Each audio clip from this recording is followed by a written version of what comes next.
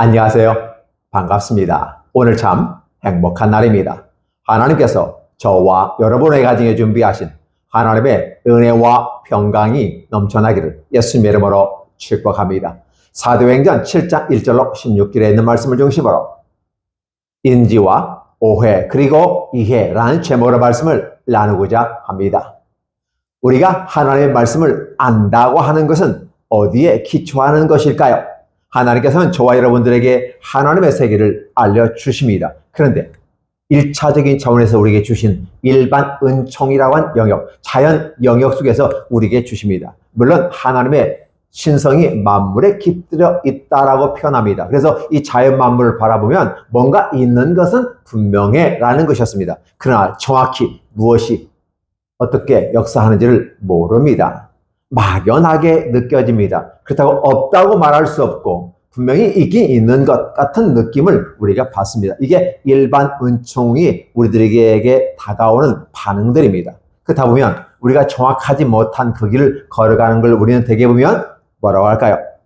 몽황선생의 길을 가는 것 같다. 안개에 낀 산장을 건넌 것 같다. 이렇게 표현해 볼 수 있을 겁니다. 그렇다 보면 만져도 만지는 것이 무엇인지를 모르고 보아도 알 수가 없고 느낄 수 없습니다. 결국은 하나님은 저와 여러분들에게 자기 자신을 계시해 주셨다라고 말하는 것입니다. 즉 자기 자신을 오픈시켰다라는 것입니다. 하나님을 본 사람이 없습니다. 하나님을 본 사람은 죽게 됩니다. 그럼에도 불구하고 하나님은 하나님의 현현이라는 이름을 가지고 자신의 종들에게 나타나고 그 종들에게 나타난 사건들을 오늘 저와 여러분들에게 알려주시는 사건들이 있습니다. 그리고 아울러 이 하나님의 현현이란 직접 나타나심과 아울러 다음 세대는 말씀으로 나타나시는 하나님으로 여호와 하나님으로 나타나시는 걸 볼 수 있어요. 그래서 직접 우리가 하나님과 대면하는 것보다는 언어로 전달해준 어떤 시스템과 원리에 의해서 우리가 그 하나님을 이해하고 알아가는 것이 좋겠다라는 것입니다. 죄성을 가지고 오염된 사람이 하나님을 바라볼 수는 없는 것이기 때문에 그렇습니다. 그래서 한 가지 가운데에 딱 가림막을 하는 겁니다. 직접 보면 죽으니까 가림막을 하는 것처럼 보입니다. 그러면 그 안에는 우리가 살 수 있기 때문에 그렇습니다. 말씀이라고 하는 하나의 가림막을 통해서 하나님과 인간이 교차점 속에서 서로 음성을 주고받고 느낌을 소통의 과정을 함께 견뎌보는 것입니다. 이렇게 그림을 그려보면 구약 성경이 대충 어느 정도 이해가 쉽게 될 줄로 압니다. 그래서 우리가 하나님을 이해하고 바로 보아야 되는데 face to face라고 말하죠. 즉 대면하여 바라보면 얼마나 좋겠습니까? 그러나 바라볼 수 없는 입장이고 위치이고 포지션이 그 위치란 말이에요. 더 중요한 것은 우리가 보면 죽는다는 겁니다. 하나님은 우리를 사랑하셔서 가운데 막을 가려놓았죠. 그리고 말씀의 시스템으로 우리에게 주신 것이 바로 무엇일까요? 성경입니다. 우리는 그걸 특별 은총이라고 말합니다.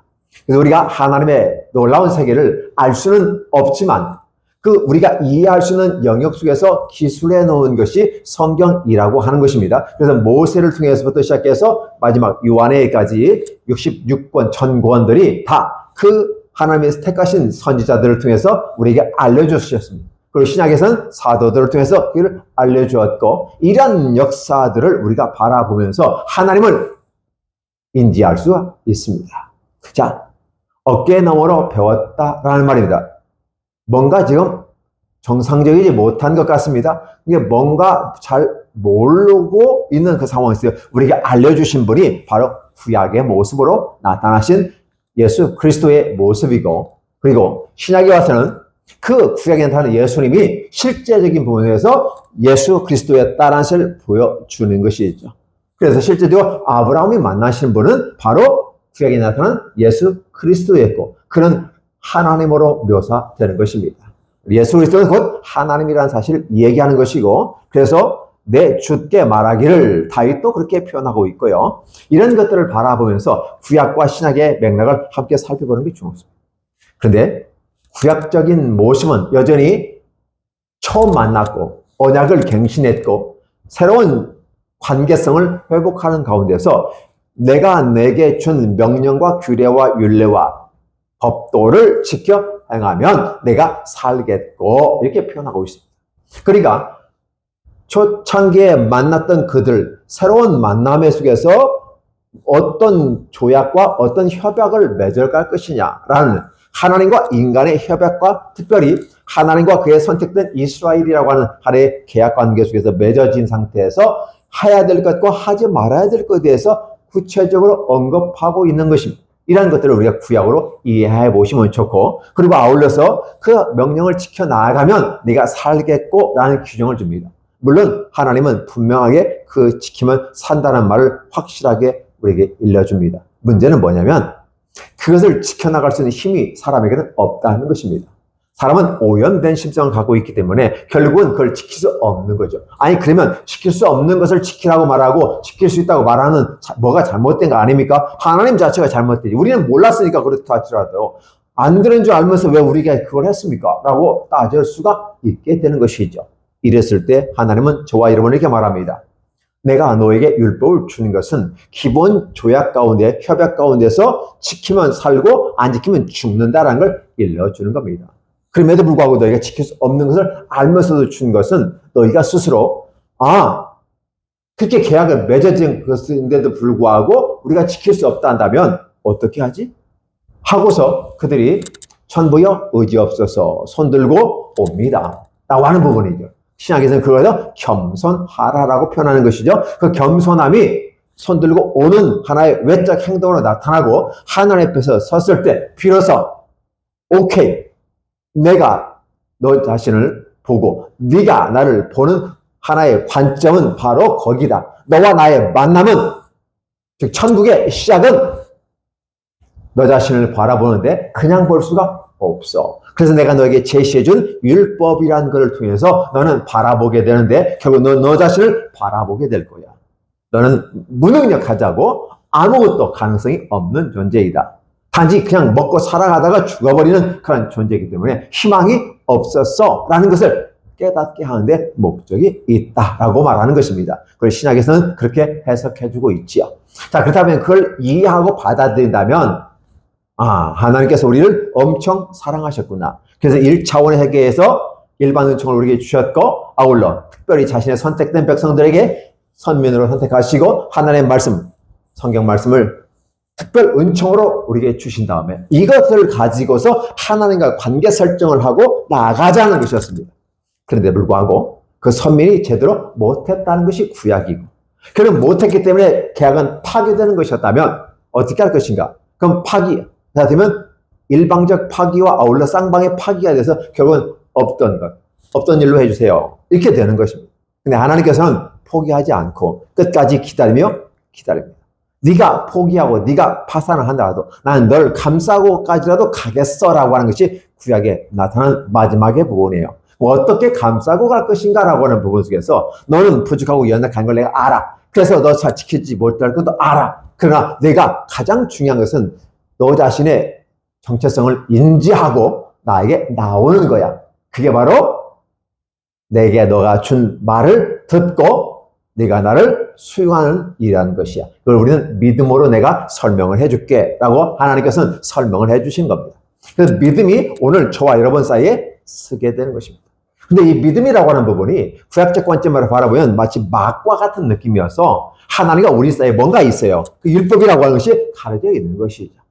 결국은 그 율법의 중심이 되시는 분이 누구냐? 우리가 이미 다 알고 있죠? 예수 그리스도랑 사시죠. 그분이 결국 십자가에 못 박혀 죽으심으로써 그 율법을 완전히 찢어버리는 것입니다. 무슨 소리일까요? 구약에 있는 문학선생으로서 초등학문으로서 초등생들에게 준 유치원생들에게 준 이런 규칙과 율례 이런 모든 것들은 어디서 다 무너졌느냐? 지킬 수 없음을 알고 그것을 완벽하게 지키신 분이 한 분 계시는데 바로 예수 그리스도였다. 그래서 예수께서 십자가에 못 박혀 죽으시면서 과연 지켰는지 않는지 그 말이에요. 다 이루었다라고. 그래서 마침이 되는 거죠. 그게 율법의 마침이 되신 예수 그리스도께서 율법을 부셔버리고 나가는 것입니다. 그래서 인간들과 관계 속에서 1차적인 관계 속에서 맺었던 모든 것들은 다 부서졌지만 이제는 그 율법을 본체이신 예수 그리스도께서 우리에게 나타나서 십자가에 못 박혀 죽으시고 그러한 것들을 다 걷어내신 다음에 직접 페이스 투 페이스, 얼굴과 얼굴을 대면하여 볼 것이요. 하나님의 나라가 오늘 저와 여러분들에게 쑥 임하게 되는 것입니다. 예수 그리스도가 이 땅에 오신 것 자체도 하나님의 나라이고 예수 그리스도께서 십자가에 못 박혀 죽으신 다음에 부활해서 하나님 보좌 우편에 가셔서 성령을 우리에게 보내주시고 사도들과 함께 사도행전을 만들어가고 이 시대를 사는 저와 여러분들에게는 우리들의 행전, 심지 행전들을 만들어가는 것입니다. 그래서 오늘 이 시대는 그리스도인들, 즉 기독인들과 함께 성령이 어떻게 역사를 할 것인가라는 부분이에요. 지금 시점에서는 어떤 역사를 나타내야 됩니까? 바로 성령 하나님을 모신 사도들과 사도행전을 만들어가고 이 시대에 살아가는 우리는 심지 행전이라고 하는 부분, 우리들의 행전이라고 하는 부분을 만들어가면서 성령님과 함께 교통하는 것입니다. 근데 성령께서 우리에게 오실 때는 늘 우리에게 소망을 주시는 겁니다. 왜 소망을 주실까? 그것은 우리들의 마음속에 늘 불안한 것입니다. 현재까지는 잘 왔는데 미래에 대한 소망이 없어요. 미래에 대한 희망이 없는 것처럼 느껴집니다. 성령이 우리에게 오시면 미래에 대한 희망을 열어줍니다. 우리는 동기부여가 됩니다. 미래에 대해서 두려워하지 않고 나갈 수 있는 동기부여가 성령께서 우리에게 임하신다는 그 결과로 우리에게 확신감 넘치게 다가오게 되는 것입니다. 그래서 소망이란 하나의 피치를 들고 깃발을 들고서 우리는 가게 되죠. 근데 가는 데는 두 발로 걸어야 되기 때문에 쉬운 것은 아닙니다. 거기에서 두 발에게 따라오는 건 인내라는 부분이에요. 견뎌내는 것, 인내하는 것, 어떻게? 믿음과 사랑의 꽃을 피운 상태에서 그것을 보존하고 마지막 그리스도께 오시는 것을 생각하지 마치 신부가 단장하고 있는 그런 아름다운 꽃을 피워서 갖고 신랑이신 예수께서 오실 때까지 기름 준비하면서 가는 과정을 우리는 인내하는 과정이라고 바라볼 수 있어요. 그래서 그 신부가 단장하고 신랑이 오실 때까지 참고 견디고 인내하고 졸지 않고 깨어있고 마음을 굳건히 지키고 각성해서 신랑이 오실 때까지 견디는 것입니다. 기름이 떨어지지 않도록 준비하고서 견디는 것입니다. 신랑이 더디움으로 다들 잘세. 잘 수밖에 없는 구조이겠죠. 그러나 준비된 자는 자다가도 깨울 때가 있고 자다가도 깰 때에 대해서 그 소리에 듣고 다시 일어나게 되는 것이죠. 깨긴 깼는데 준비된 바가 없다면, 즉 성령으로 함께 동행하지 않는다면 당황스러울 것입니다. 그러나 성령께서 우리와 함께 하시어 성령께서 우리와 함께 하신다는 것은 저와 여러분의 마음속에 그분을 모셔드리는 것이고 이미라도 우리들의 마음에 성령이 우리들의 심령의 성전 삼아서 함께 동행하는 사람들은 육체적인 잠을 잘지라도 내 안에 성령이 계시니까 예수께서 재림하실 때 성령이 깨우쳐 주시며 자다가 깰 때라. 비로소 자다가 깨는 것입니다. 성령이 준비된 사람들에게는 자다가 깨다가 준비하고 신랑 맞을 준비 바로 할 수 있습니다. 그러나 기름이 준비된 난 신부는 어두움 속에서 방황하게 되는 것이죠. 신약에 있는 내용과 함께 제가 믹스해서 설명을 해드리는 것입니다. 그래서 불이 나게 기름 준비하려고 바깥에 나가서 준비하지만 그 야밤에 어디서 기름을 준비한다는 것입니까? 결국은 준비하지 못하고 준비했는지는 모르겠지만 와서 보니까 문이 닫혀 있었다. 아무리 문을 두드리고 내가 신부로서 이제 기름을 갖고 왔으니까 신방을 맞이할 준비를 하고자 합니다. 문 좀 열어주세요. 문 좀 열어주세요. 그러나 이미 문은 닫혔느니라. 그 문은 어떤 문일까요? 한번 닫으면 열 자가 없고 열면 닫을 자가 없는 그 키를 가지신 누구? 예수 그리스도. 신랑 대신 예수께서 문을 잠궈버렸는데 누가 열겠다는 것입니다. 그 부분이에요. 기름을 준비하라고 하는 것은 단순하게 기름을 많이 사두어라는 개념이 아니라 우리들의 마음에 성령님께서 우리 안에 내주하시고 이 안에서 함께 내주할 때 교제, 교통, 그죠? Good morning, Holy Spirit. 안녕하십니까? 성령님. 대화하고 교제하고 그 모습이 어디서 나와 있느냐? 원조는 에덴 동산에서 하나님과 아담이 함께 교제했던 그 교제를 우리는 빌려서 이 시대를 살아가는 저와 여러분들에게 에덴 동산에서는 하나님과 아담이 저렇게 교제했었겠구나라는 감각을 가지고서 성령이 오시게 되며 그 성령과 함께 살아가는 것입니다. 우리는 이러한 것을 기름 준비하고 있다라고 비유로 성경은 이 얘기하고 있다는 것입니다. 여전히 기름 준비하라고만 하는데 그것이 구체적으로 무엇인지를 얘기 안 하고 확실하게 분명하게 알려주지 않는 것이죠. 그러니까 그걸 우리는 종교라고 말하는 것입니다. 분명하고 정확하고 자명한 일을 가르쳐 주시는 것이 왜 성령이 나타나면 분명하고 뚜렷하고 확실한 왜 그 길을 열어가야 되니까. 종교는 그 길을 열어갈 수 없다는 것입니다.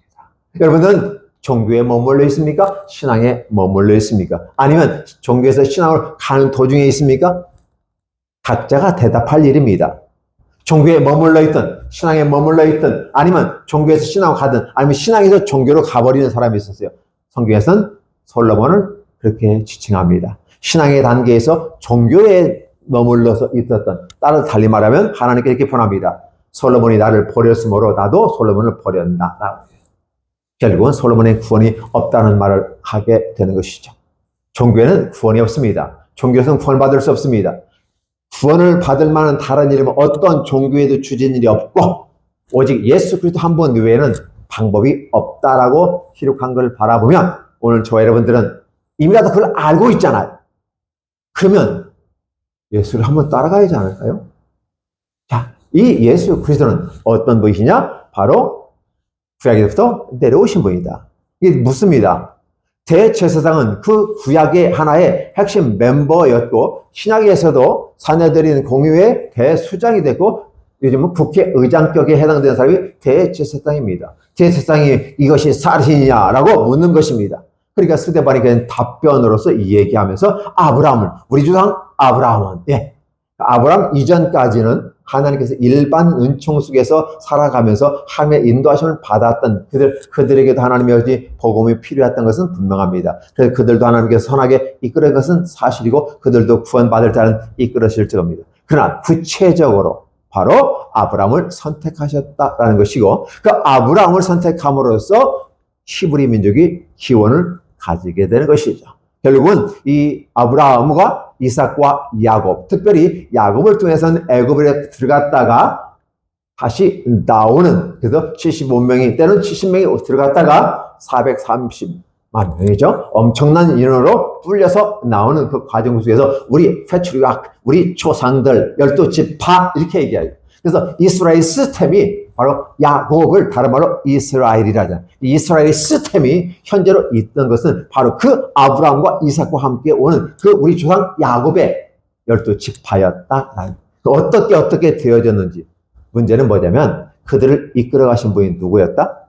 바로 하나님이셨다는 것입니다. 스데반은 이러한 구약적 사고와 맥락을 일목요연하게 설명하고 있는 것입니다. 여러분 구형들이요, 줄여서서 우리 조상 아브라함이 하란에 있기 전 메소포타미아에 있을 때, 메소포타미아에 먼저 있었고 하란을 옮기고 그때 이미 성화를 설명하는 것입니다. 그때 하나님께서 나타나서 보이셨다. 하나님이 직접 현현하셔서 보이셨다. 그래서 내 고향 친척집을 떠나 내가 내게 보이는 땅으로 가라. 이게 비전입니다. 하나님의 비전입니다. 그리고 아울러 그 비전을 이루기 위한 꿈들을 꾸는 것이죠. 어떠한 방법으로 우리가 그것을 이룰 것이냐. 오늘 아브라함은 이에 순종했다는 것입니다. 하나님 나라 백성의 가장 기본은 무엇일까? 하나님이 자신을 계시하고 우리에게 뜻을 보일 때 우리는 그 내용을 인지하고 정확하게 따라가는 것이 바로 아름다운 것입니다. 아브라함이 갈대아 사람의 땅을 떠나서 하란에 거하다가 아버지와 함께 하시니까 아버지가 거기서 죽고 결국은 너희가 지금 사는 이곳으로 옮겼느니라 라고 하면서 실제적인 부분에서 역사의 흐름을 이야기해주고 있어요. 그리고 현재성을 가지고 이야기합니다. 근데 문제는 한 가지 있어요. 그렇게 약속을 따라 갔으면 땅이라도 좀 한마디라도 내 발평 한 평이라도 줘야 될 거 아니에요. 근데 발 붙일 만한 땅 주지 않았다. 땅에 한 발자국의 평도 한 평도 주지 않았다는 말씀입니다.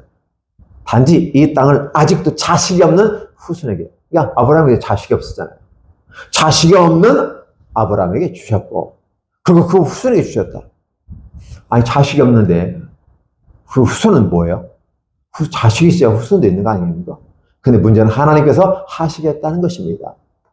그와 그 후손에게 소유로 주겠다고 약속하셨다. 그럼 여기서는 계속해서 하셨다. 그리고 이끌어갔다. 그렇게 이동시켰다.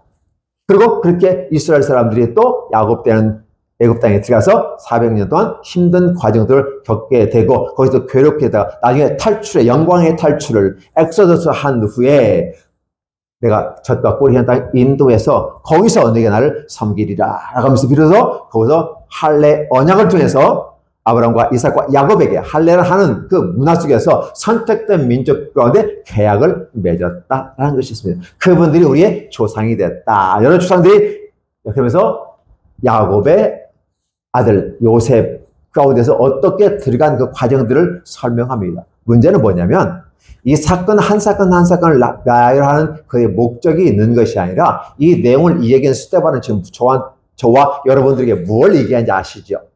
하나님이 계획하셨고 하나님이 나타나셨고 하나님이 인도하셨다.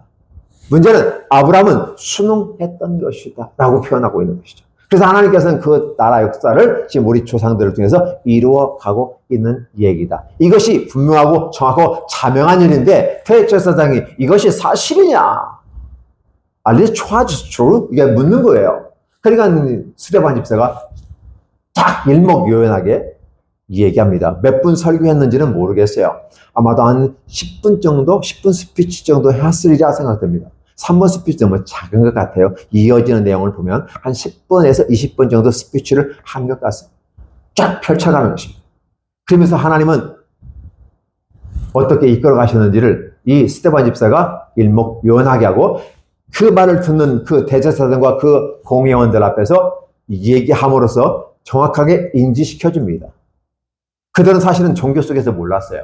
하나님이 그렇게 인도하시는 줄을 몰랐어요. 단지 구약적인 개념을 갖고 제사 중심의 삶을 살았기 때문에 제사만 드리면 모든 죄가 다 씻어지니까 굳이 뭐 다른 게 필요 없다고 생각했어요. 제사만 드리면 한 달에 하루에 그리고 1년에 대제사장이 한 번 되면 1년에 모든 죄가 씻어지니까 안심할 수 있다는 거예요.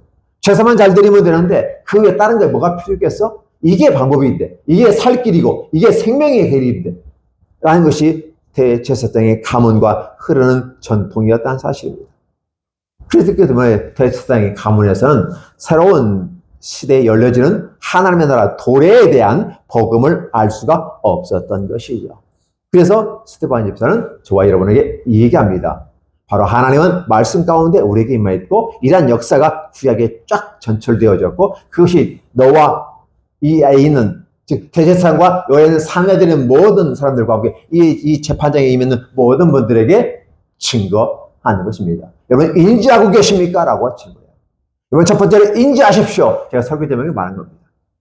그래서 오늘 저와 여러분은 분명한 선민이고 하나님이 그 선민을 통해서 계획을 주셨고 그 계획은 어떻게 펼쳐가냐 구약의 의미라도 주셨고 그러나 그 몽학선생으로 우리에게 주신 거인데 진짜 우리가 발견한 것은 그 몽학선생을 넘어서 고등학문, 초등학문에서 고등학문으로 넘어가는 것인데 바로 메시아 예수 그리스도. 근데 그 메시아 예수 그리스도를 여러분이 때려 죽였다. 그래서 그분은 죽음으로 말미암아 모든 죄를 다 씻어주시고 지금 보좌 우편에 계시고 성령이 오늘 우리 가운데 임하셔서 지금 내가 성령이 충만히 받아서 이렇게 얘기하고 있는 거야.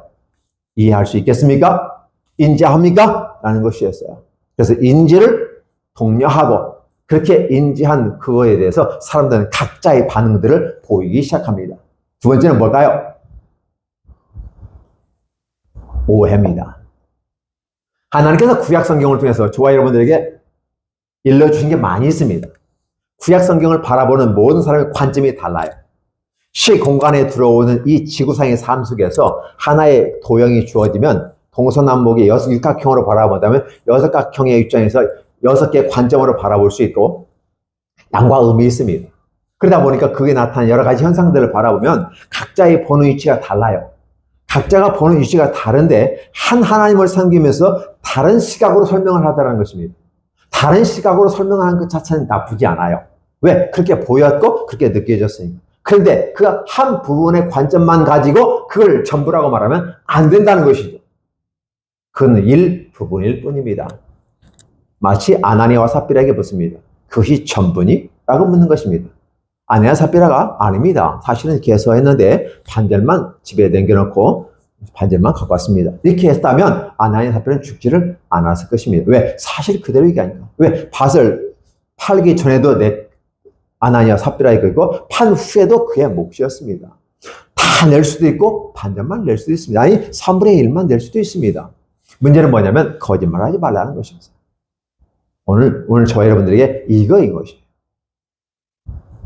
반전만이 아니라 꼭 내가 그렇게 했다면, 근데 구약성경이 이렇게 하죠.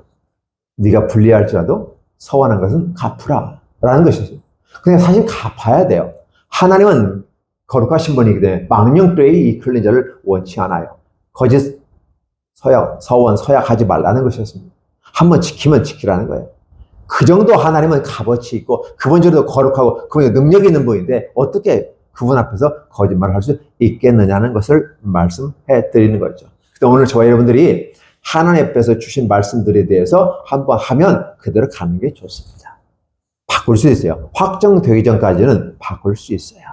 성경에서도 서약이라고 하는 제도 속에서 그렇게 합니다. 딸들이 하면 아직 미성년자이기 때문에 시집가지 않았기 때문에 부모의 영향을 받습니다. 아버지가 허락이 되면 서원이 인정됩니다. 그럼 아버지가 허락하지 않으면 인정이 안 돼요. 없던 일로 돌아갑니다. 이런 모습이에요. 자, 그래서 우리는 저와 여러분들은 늘 생각할 때 6관점으로 하나님의 주신 이 말씀들을 보게 될 때 각자의 모습을 보게 되면 그 자체가 잘못됐다는 건 아니에요. 즉 60점은 된다는 거예요. 100점은 아니라는 거예요. 30, 100, 60도의 각 6개 영역을 통체적으로 통합적으로 거시적으로 바라보았을 때 비로소 하나님은 이렇다고 정리를 내릴 수 있습니다. 예를 든다면 성부와 성자 하나님이 계십니다. 그분이 성령을 발주시켰다고 했을 때 마치 보내심을 받은 자와 보낸 자는 권위가 다르죠.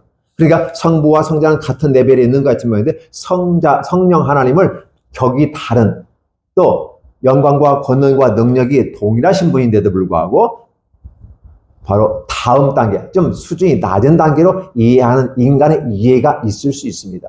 그러나 그것이 절대적인 건 아닌데 마치 그걸 절대화시키면서 그렇게 보였다라고 말하는 것입니다. 내가 보이는 건 분명히 그렇게 보일 수 있어요. 왜? 포지션상, 임무 수행, 사명 감당함에 있어서 그렇게 전달 체계 속에서 순차적으로 가다 보면 마지막에 오는 부분이 마지막 사역자가 마치 수준이 낮은 것처럼 느껴질 수 있습니다. 그러나 그것만 바라보면 그렇습니다. 전체를 바라보면 아니라는 것이죠. 오늘 우리가 공부할 때도 아니면 학습을 할 때도 믿음을 가지고 삶을 바라보는 조망하는 데도 마찬가지입니다. 미시적으로 바라볼 땐 미시적으로 바라보고 거시적으로 바라볼 땐 거시적으로 바라보고 협의적으로 바라볼 때 있고 광의적으로 바라볼 때 있습니다. 이걸 조화롭게 나가는 것이 조절 능력입니다. 이런 것들이 건강하게 움직여질 때 우리는 온전해질 수 있다는 것이었습니다. 근데 많은 사람들은 그렇지 못한 것 같습니다. 그래서 오해들을 많이 합니다. 많은 오해를, 그래서 형제들이, 11형제들이 요셉을 오해하고 시기하고 팔아버리는 이런 사건들이 일어나는 그 과정들입니다. 단지 가족 간에 있는 어떤 슬픔의 역사라고 표현해 보기보다는 바로 11형제들이 오해를 해서 요셉을 팔아버리고 죽여버리려다가 겨우 목숨 살려서 노예로 팔아버린 이 사건들. 근데 이 사건이 뒤집어질 줄 누가 알았겠습니까? 세월이 흐른 다음에 요셉은 총리가 되어졌고 그리고 난 다음에 그들은 요셉 밑에 가서 정탐꾼이라고 오해받고 내 주여 저희들을 용서해 주세요. 우리는 분명하게 정탐꾼이 아닙니다. 그러면서 은혜를 구하는 입시로 전락해버리는 장면들을 여러분 바라볼 겁니다. 분명히 하나님이 주신 그 가문을 통해서 이루어지는 그 가운데 그냥 그 가문의 역사가 그냥 가문의 역사가 아니라 오해의 역사가 있을 수 있음을 얘기합니다. 그래서 하나님이 주신 이런 시스템들이 그걸 바라보는 사람들에 따라서 오해가 생기고 그래서 시기질투하고 죽이거나 안 좋은 일이 생깁니다. 그러나 그럼에도 불구하고 하나님은 어떤 얘기합니까? 그럼에도 불구하고 하나님은 요셉과 함께 했다. 그래서 그의 지혜와 영광과 능력을 함께 입혀서 바로의 그 가정의 총무로 삼고 또 그 나라의 총무로 삼았다. 가정 총무로 삼고 그 나라의 국무총을 삼았다. 그래서 하나님께서는 그를 통해서 이 대환란, 흉년이란 이것을 이겨낼 수 있었다. 단지 애굽만을 이 세상만을 구원하기 위한 그런 총리로 세워진 게 아니라 바로 그의 가족들을 사랑하고 그들의 목숨을 연명시키기 위해서 하나님이 준비시켰다라는 것을 이 얘기를 하고 있는 거죠. 그 말은 무슨 말일까요? 그 한 족보를 따지고 족보를 얘기하는 게 아니라 하나님의 구원 역사가 어떻게 펼쳐가는지를 보여주는 것입니다. 그러니까 하나님은 인도하셨다라는 것이죠. 이 장면들에 대해서 사람들은 오해를 합니다. 하나님의 기록된 역사의 모든 것 중에서 오해가 참 많아요. 오해는 5가지, 그죠? 예, 잘못된 이해를 오해라고 합니다. 숫자로 보면 오해요. 1, 2, 3, 4, 5, 6, 7, 5가지 잘못된 것들이 많다고 볼 수 있죠. 언어 유희입니다. 그런데 말입니다. 5가지보다는 2개가 편하지 않을까요? 예, 이해입니다.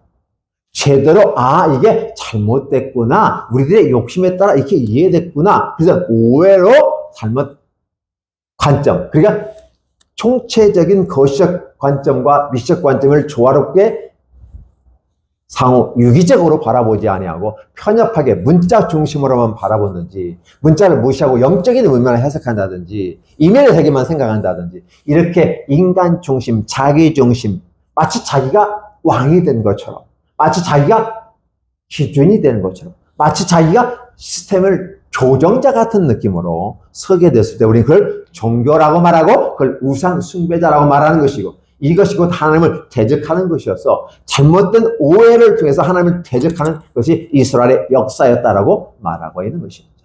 그렇죠? 자, 그렇다면 진정으로 이해가 필요하지 않을까요? 오늘 성령이 충만한 스데반 집사는 바로 하나님의 말씀을 전하는데 그 누구도 대답할 수 없을 정도로 얼굴에 하늘의 영광이 나타나 마치 천사의 얼굴과 같이 빛나면서 일목요연하게 성경을 백성을 쫙쫙쫙 요약해 주면서 하나님의 섭리를 이끌고 인지하고 있습니까? 질문을 하고 여러분들께서 오해하고 있었습니다. 그 오해를 예수 그리스도께서 풀어내신 것입니다. 라고 쫙 풀어가되 바로 아브라함이 죽어 장사되는 그 역사의 한 단락까지만 오늘 본문이기 때문에 거기까지 딱 마무리하면서 하나님의 인도하심이었다. 쭉 이어져 나가보면 나중에는 결국은 총체적으로 바라보면 하나님의 인도하심이었다. 그럼에도 그 인도하심에 오해를 하고 있는 이 세상과 그 안에서도 여전히 신앙으로 나가지 않고 종교적 관점으로 작자의 위치에서 그것이 본 것이 전부라고 우겨대는 것. 예, 그러면 정말 곤란해. 그죠? 한 가지만 보고서 그게 옳다고 얘기해요. 예를 들어 볼까요? 소경이 코끼리 만지는 거 아시죠? 코를 만지는 거, 코끼리는 호수와 같다라고 죽으라고 중창 얘기하면 벽을 만진 사람, 즉 배를 만진 사람과 다리를 만진 사람은 또 달리 얘기하죠. 벽 같다고 말하고 기둥 같다고. 그럼 맨날 싸워요. 그러면서 서로가 이단이라고 말하고 있는 거예요. 그러나 전체로 바라보면 어디에요? 다 틀린 것도 아니지만 100% 옳지는 않기 때문에 이러한 해안을 가지는 것이 좋다라고 말씀하시는 겁니다. 그래서 오늘 설교의 말씀은 이렇게 말합니다. 하나님이 주신 시스템에 대한 인지를 하고 있느냐라고 동의하고 수용하느냐라고 보고 있고, 그러나 그런 것을 수용하지 못하는 사람들은 오해가 있다. 오해를 어떻게 풀어갈 것이냐라고 했을 때 자기 중심으로 내가 경험하고 느끼고 한 이런 것의 중심으로 머물러 있지 말고 하나님의 인도하심을, 그분의 인도하시고 비춰주신 조명하심을 따라 가야 되는데 진정한 이해가 뒤따라온다라는 것이었습니다. 따라서 이런 이해가 있을 때 여러분의 나라가, 하나님의 나라가 여러분의 마음속에 임하게 되고 여러분 복락원으로 다시 에덴 동산으로 돌아가는 아름다운 모습의 경험들, 성령님과 함께 춤을 출 수 있지 않을까요? 저번 주에 설교는 Shall we dance라는 했어요. 성령님과 함께 춤을. 이러한 장면으로 여러분의 삶이 이번 주간도 이어지기를 예수님의 이름으로 축복합니다. 기도하겠습니다. 하나님 감사합니다. 고맙습니다. 무한한 사랑과 은혜로 말미암아 기쁨과 즐거움을 인도하시는 주님을 찬양합니다. 아름답고 온전하고 풍성함으로 인도하시는 성령 하나님을 따라가고자 원하오니 오늘도 우리를 인도해 주시옵소서. 이번 한 주간도 인도해 주옵소서. 우리 지구촌연합교회를 인도해 주시고 목자들 교회를 인도하시고 움직이는 교회 성도 한 분 한 분들 다 하나님 인도하여 주시옵소서. 이 더위와 잘 싸워 이기게 하시고 승리케 하시고 오직 살아남게 해 주옵소서. 그리고 이 땅에서 믿음을 가지고 주님 바라보면서 견뎌내는 소망의 피치를 들고 인내의 발걸음을 한 걸음 한 걸음 묵묵히 갈 수 있는, 그래서 마지막까지 참고 견디는 자의 모습 가운데 승리자에게 힌도를 주시겠다고 하시는 하나님 축복해 주시옵소서. 우리 복을 강복할 수 있도록 축복해 주세요. 예수님의 이름으로 기도하옵나이다. 아멘.